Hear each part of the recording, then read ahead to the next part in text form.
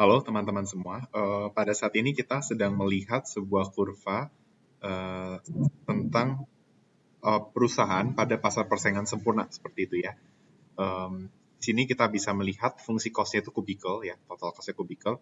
Lalu kita disuruh menebak ya, maksudnya kurva A dan B dan C ini disebut apa.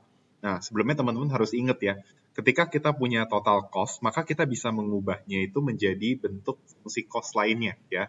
Jadi fungsi cost-nya tidak dinyatakan dalam total, tapi bisa dalam marginal ataupun average. Nah, kalau analisis jangka pendek, kita mengenal adanya fixed cost, hingga kurva average cost itu dibagi dua, yaitu average total cost dengan average variable cost. Oke, jadi intinya dari kurva A, B, dan C ini ada kurva marginal cost, ada kurva average cost, dan ada kurva average variable cost seperti itu. Nah, kira-kira kurva A itu menunjuk yang mana ya? Nah, kurva A itu merujuk pada marginal cost. Kenapa? Karena marginal cost itu adalah supply function. Seperti itu. Nah, bagaimana kita bisa tahu bahwa marginal cost itu yang A bukan yang B dan C? Padahal sama-sama ya, kurva A, B, dan C itu dia downward dulu, diawali dengan downward, lalu baru dia itu upward. Ya. Nah, kan A, B, C, D sama ya, tapi apa yang membedakan antara A, B, C, D? Di sini kita bisa lihat bahwa B dan C itu cenderung berbentuk U ya, dan itu sesuai dengan kurva AC maupun average variable cost. Tetapi kurva A itu cenderung lebih ke V ya. Dia lebih banyak yang increasing-nya, dan ini kalau kita mau kaitkan sama marginal productivity saat ini naik, itu marginal productivity-nya turun. Nah, jadi kenapa kita bisa meyakini bahwa kurva A itulah yang menjadi kurva marginal cost? Ya karena kurva A itu bentuknya tidak seperti U-nya B dan kurva C seperti itu. Oke. Sehingga kurva A itu adalah kurva dari marginal cost. Sedangkan kurva B itu adalah kurva average cost, dan kurva C itu adalah kurva average variable cost. Nah, bagaimana membedakan average cost dengan average variable cost? Kalau average cost itu dia dengan quantity yang sama, dia nilainya lebih gede dari AVC. Masuk akal ya, karena kan AC adalah AFC tambah AVC. Nah, ini kan nilainya pasti lebih besar dari 0, sehingga average cost itu bakal lebih besar. Nah, kita bisa lihat yang hijau itu menunjukkan bahwa biaya rata-ratanya lebih tinggi dengan output yang sama. Tuh. Berarti terbukti kurva B itu adalah AC. Dan kita bisa melihat bahwa starting point-nya dia tuh dari Tahingga. Karena apa? Karena ketika tidak memproduksi sama sekali, berarti average variable cost-nya itu hampir pasti 0, sehingga AVC-nya itu Tahingga. Ya kan, average fixed cost adalah fixed cost dibagi quantity. Ketika quantity 0, fixed cost-nya ada, berarti dia tuh Tahingga nilainya. Okay? Sedangkan kalau average variable cost, dia itu nilainya bukan Tahingga, tapi tertentu gitu ya. Makanya kurva C bisa kita sebut dia kurva average variable cost. Dan kita juga bisa melihat bahwa kenapa kita semakin yakin bahwa kurva A itu marginal cost, karena kita lihat bahwa ketika B dan C bersinggungan, mereka sama-sama mencapai titik minimum atau AC minimum dengan AVC minimum. Nah, ini kan terjadi ketika AC dan AVC bersinggungan dengan marginal cost. Jadi kita semakin yakin bahwa kurva A lah yang marginal cost, bukan B atau C. Seperti itu. Oke. Okay. Kalau seandainya kurva A ini bukan kurva marginal cost, jelas dia itu harusnya bersinggungan di sini nih, gitu, dengan kurva lainnya, ya. Dengan kurva marginal cost yang kita duga. Nah, kenyataannya nggak ada kan? Berarti udah pasti kurva A itu jadi marginal cost seperti itu. Oke, jadi simple aja. Lalu kita kerjakan yang poin B. Untuk masing-masing nilai berikut, hitunglah output dan profit perusahaan, serta tentukan keputusan perusahaan apa. Nah, kita tahu di PCM itu, keputusan di jangka pendek itu antara memproduksi, ya operate, atau dia bakal shutdown. Nah, kembali ke teori pengantar ilmu ekonomi mikro ya, di jangka pendek pasar persaingan sempurna itu bakal shutdown ketika harga itu di bawah average variable cost, atau kerugian yang lebih parah daripada ketika harga itu masih di atas sama dengan AVC. Seperti itu. Ya, kalau ini dia bakal shutdown. Kalau dia rugi tapi harganya masih lebih besar sama dengan AVC, dia masih beroperasi. Baik baik untung maupun rugi dia masih beroperasi seperti itu. Oke. Nah, berarti kita cari dulu profitnya. Nah, cara mencari profit gimana? Kita mesti tahu juga bahwa di PCM itu P sama dengan MR sama dengan MC itu tercapai maksimisasi profitnya. Oke. Nah, jadi ketika marginal revenue 1 artinya apa? Artinya marginal cost itu sama dengan 1. Oke. Nah, sekarang kita lihat ketika marginal cost-nya sama dengan 1 itu di sini kan. Ini marginal cost 1 tuh ada di sini. Nah, ketika marginal cost-nya 1, kita bisa lihat quantity output-nya itu juga sama dengan 1. Oke. Nah, bagaimana kita mencari profit-nya? Kita udah tahu bahwa harganya juga pasti sama dengan 1. Kan MR1, MC1, harga 1. Oke, kita tahu kalau harganya 1, kuantitinya juga 1. Nah, kan rumus profit itu kan PR min TC. Atau bisa kita sederhanakan jadi ini. P kurang AC kali Q. Nah, berarti kita perlu unsur average cost-nya untuk mencari profit. Nah, kita bisa lihat bahwa ketika kuantitinya 1, berapa average cost-nya. Nah, kita tarik garis aja nih.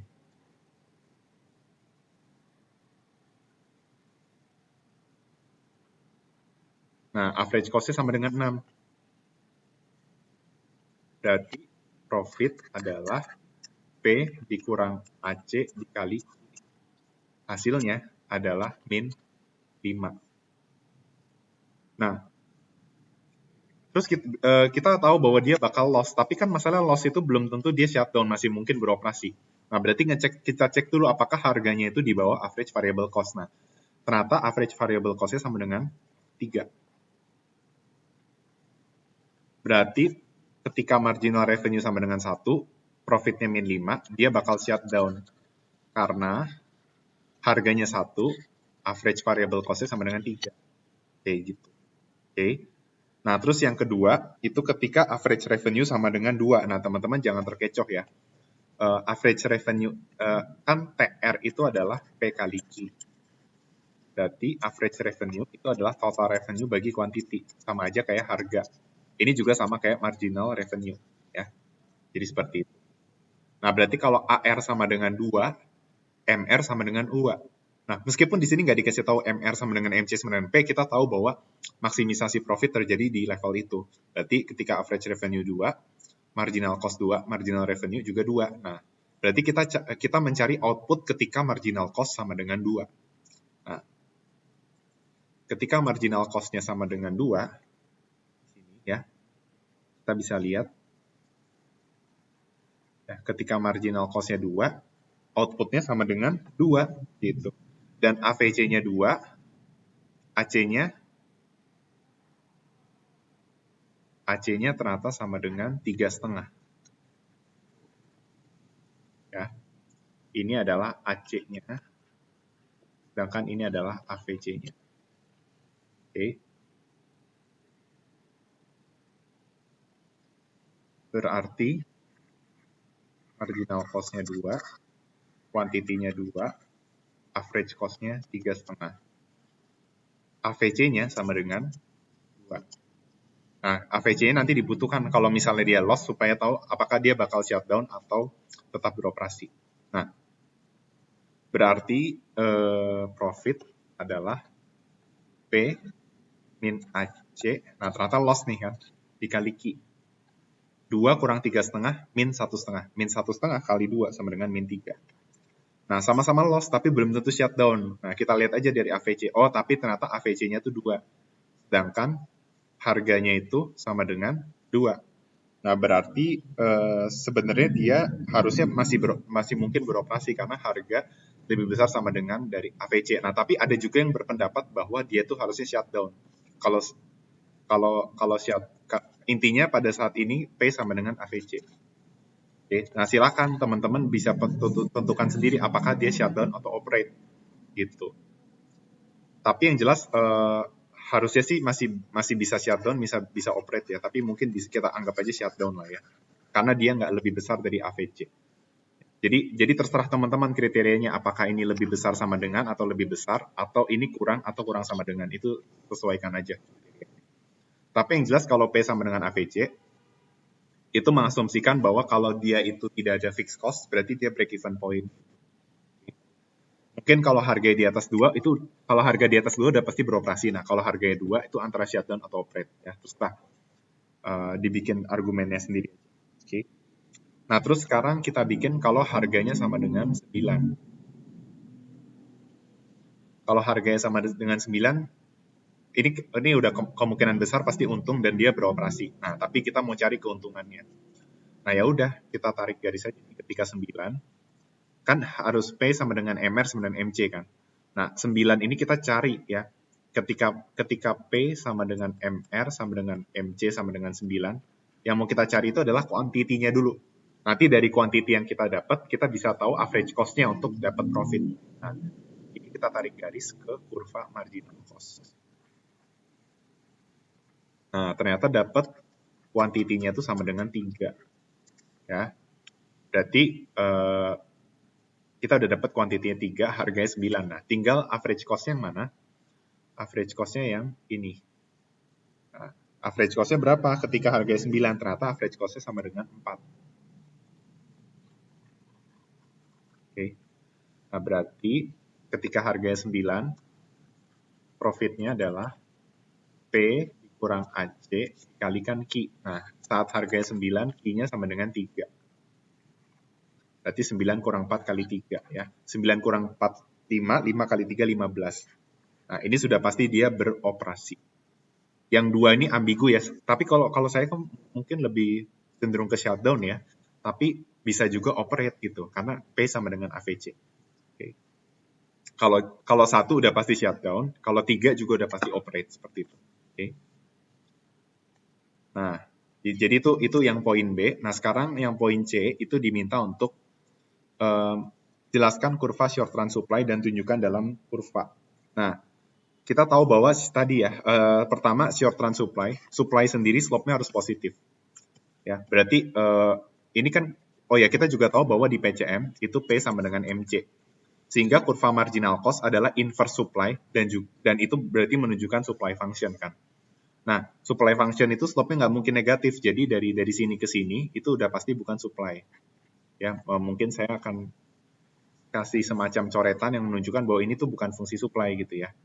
Misalnya begini. Ini tuh bukan supply. Oke. Nah, tapi dari sini ke sini udah menunjukkan supply belum? Juga belum. Nah, supply-nya dari mana? Ingat, supply itu kan berarti ketika perusahaan mulai memproduksi kan. Nah, perusahaan mulai memproduksi kalau harga di atas AVC. Nah, P sama dengan AVC-nya itu shutdown point-nya. Nah, berarti starting point-nya ketika AVC ke atas. Nah, berarti ini saya coret. Nah, berarti ini adalah short run supply function-nya. Ya. Ini adalah short run supply curve. Oke. Jadi short run supply curve itu ketika MC berada di atas AVC minimum. Ya. Dimana di sini memang masih rugi, tapi masih kan intinya short run supply itu ketika perusahaan mulai memproduksi seperti itu kan. Jadi setelah dia di titik atas AVC, nah ini adalah short run supply-nya. Oke. Nah sekarang yang D, hitunglah short run producer surplus ketika harga sama dengan 9. Nah, jadi short run producer surplus, ini saya jelaskan dulu, maksudnya saya kasih tahu aja dulu rumusnya ya. Rumus dari short run producer surplus itu adalah ya, short run producer surplus rumusnya itu adalah profit ditambah fixed cost. Nah, tadi kita nemu kalau harganya 9, profitnya itu sama dengan 15. Di sini kita harus cari fixed cost-nya dulu. Nah, kita tahu bahwa total cost-nya itu ketika Q-nya 0 itu sama dengan 3. Berarti 3 itu menunjukkan fixed cost. Berarti 15 plus 3 sama dengan 18. Jadi kesimpulannya ketika harga sama dengan 9, short run producer surplus itu sama dengan 18. Nah, di sini saya juga mau menjelaskan barangkali ya, kurva total cost-nya itu dihilangkan. Apakah kita bisa mengetahui fixed cost? Nah, kira-kira gimana tuh? Kalau kita total cost-nya nggak ada, ya kan kalau sekarang jelas nih, ketika Q-nya 0, C-nya 3, berarti 3 itu sebagai fixed cost. Nah, Kalau seandainya kurva TC-nya nggak ada, apakah kita bisa mencari fixed cost? Jawabannya masih bisa. Dari mana kita bisa mencari fixed cost? Dari kasus yang udah kita kerjakan di poin B. Dan kita cukup ambil salah satu aja gitu. Misalnya kalian ambil kasus 1. Nah, di kasus 1 kalian tahu bahwa average cost itu sama dengan ketika quantity 1, oh jangan kasus 1 nggak ada AVC-nya. Nah, misalnya kasus 2 nih yang ada AVC-nya. Kan di kasus 2 itu average cost sama dengan 6. Mana sih? Oh ya, yang nomor 2 average cost-nya itu 3,5. Sedangkan AVC-nya adalah 2. Nah, berarti di sini kita bisa narik kesimpulan apa? Ketika kuantitinya 2, average cost 3,5, average variable cost sama dengan 2. Artinya apa? Artinya average cost-nya kan AC adalah, ini saya mau mengajarkan mencari fixed cost tanpa diketahui informasi total cost ya. Jadi kan total cost adalah fixed cost tambah variable cost. Average cost adalah total cost dibagi quantity. Berarti average cost sama dengan fixed cost dibagi quantity ditambah variable cost bagi quantity. Berarti average cost sama dengan average fixed cost ditambah average variable cost. Seperti ini. Ya, berarti kalau kita tahu average cost dan average variable cost, bisa nggak kita tahu average fixed cost-nya? Bisa. Berarti average fixed cost itu adalah average cost dikurang average variable cost. Oke. Nah, di sini kita bisa lihat berarti 3,5 kurang 2 itu sama dengan 1,5. Bisa nggak kita cari fixed cost? Bisa. Kan berarti fixed cost adalah average fixed cost dikali quantity. Nah, average fixed cost-nya 1,5, kuantitinya 2. Berarti terbukti fixed cost 3. Nah, tenang aja, fixed cost 3 ini akan berlaku di poin ketiga dan poin ke-1. Ya, karena fixed cost kan tetap sama. AFC-nya aja yang beda, karena kuantitinya beda. Tetapi fixed cost-nya bakal sama, sama-sama 3. Ya. Jadi itu adalah informasi bagaimana cara mencari fixed cost tanpa ada kurva total cost. Oke. Nah, sekarang saya akan menjelaskan kenapa ya rumus dari short run producer surplus itu adalah profit ditambah fixed cost seperti itu. Ini yang mau saya coba jelaskan terlebih dahulu ya. Jadi asal usul rumusnya itu adalah seperti ini. Pertama-tama kita coba gambarkan sebuah kurva.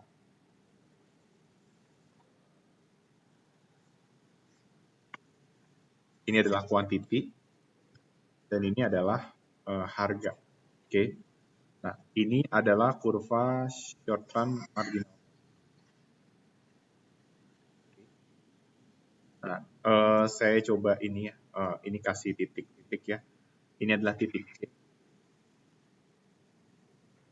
Jadi ini adalah ketika marginal cost-nya mulai positif ya. Lalu ini adalah titik AVC minim, AVC ya, AVC minim. Dan ini menunjukkan shutdown point.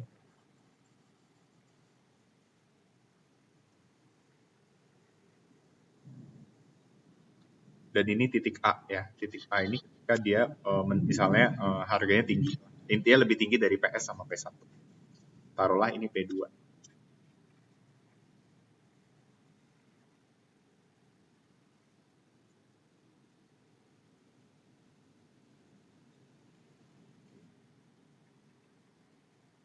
Oh ini belum oh ya dia baru mulai memproduksi di titik B. Kan shutdown point-nya di titik B.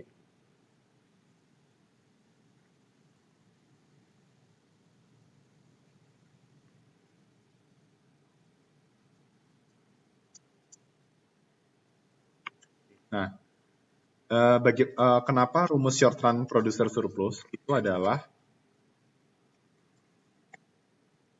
kenapa short run producer surplus itu rumusnya adalah profit ditambah fixed cost. Nah, jadi pertama-tama kita jadi ternyata short run producer surplus itu rumusnya adalah profit ketika P1 dikurang profit ketika PS atau harga ini artinya P ketika MC itu mulai positif. Tapi starting point-nya tetap di B ya untuk produksi. Nah, jadi asal usul rumusnya adalah dari sini. Jadi profit untuk P1 dikurangi profit untuk PS. Nah, jadi daerah profit untuk P1 itu di sini. Jadi kalau misalnya kita produksi di P1, profitnya itu sebesar ini. Ya, karena average cost-nya itu sama dengan ini di sini. Kan logikanya dia ketika dia mulai memproduksi, kan harga itu di atas average variable cost. Oke. Nah, ceritanya average cost-nya tuh di sini. Ya. Kan ya jadi seperti itu. Nah, terus langkah selanjutnya adalah luas producer surplus itu adalah yang sebelah sini aja. Nah, berarti daerah yang kita nggak pakai itu adalah daerah ini.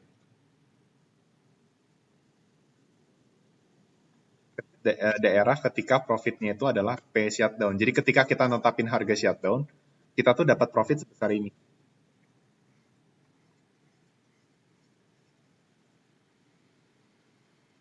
Ya. Kenapa kita dapatnya segini? Karena logikanya kan di sini itu baru mau mensupply.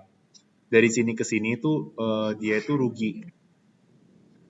Tetapi dia baru mulai memproduksi. Nah, makanya ini adalah daerah ketika profitnya itu PS. Sedangkan yang hijau tadi itu adalah daerah kalau P1. Nah, berarti yang daerah hijau dikurangi daerah pink, itu adalah daerah short run producer surplus, atau yang saya coba arsir pakai warna, ini.